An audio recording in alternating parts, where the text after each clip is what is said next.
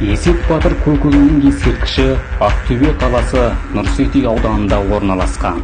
Ескерткіш демеушілер жарнасымен және жанашыр жандардың тікелей көмегімен тұрғызылды.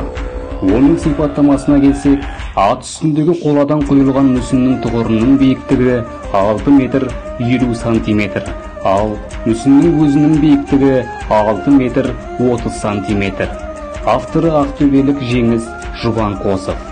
Ескерткіш Екатеринбург қаласындағы Иван Дубровин құймалы шеберханасында дайындалды.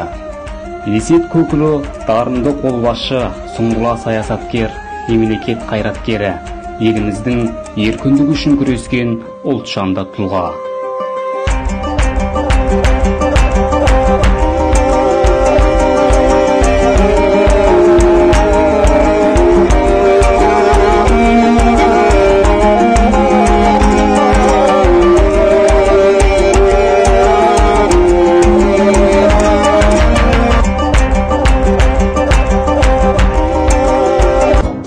Едіге Құтлы Набанұлы 1352-1419 жылдар аралығында Қаратаудың теріскей беткейіндегі Құмкент шаһарында туып, ғұмыр кешкен әйгілі би.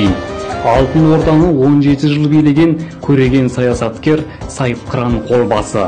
Едіге жайлы тарихи құжаттар Мәскеу мұрағаттарында, Никонов шежіресінде, дүниежүзі тарихының 3 томында кездеседі. Оның өмірі мен соғыстары туралы жырлар мен аңыздар қазақ қана емес, татар, ноғай, қырғыз, қарақалпақ, башқұрт, қырым татарлары, құмық, түркмен, тағы басқа халықтар арасында да сақталған.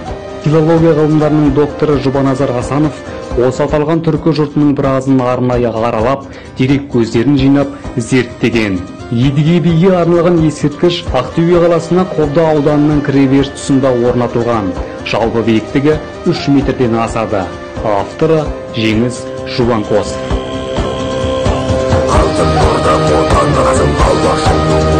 Өзенбай Қарабатырұлы 1669 жылы Жем бойында дүниеге келген батыр.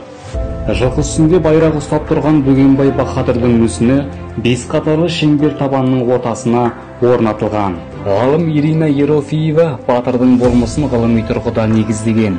Сол ғылыми жобалау бойынша мүсінді Жеңіс Жұбанқосов қоладан жасап шықты. Мүсіннің биіктігі 5 метр 98 сантиметр, тұғырының биіктігі 5 метр 40 сантиметр. Ескерткіштің артында орта ғасырлық қамал стилінде арка салынған.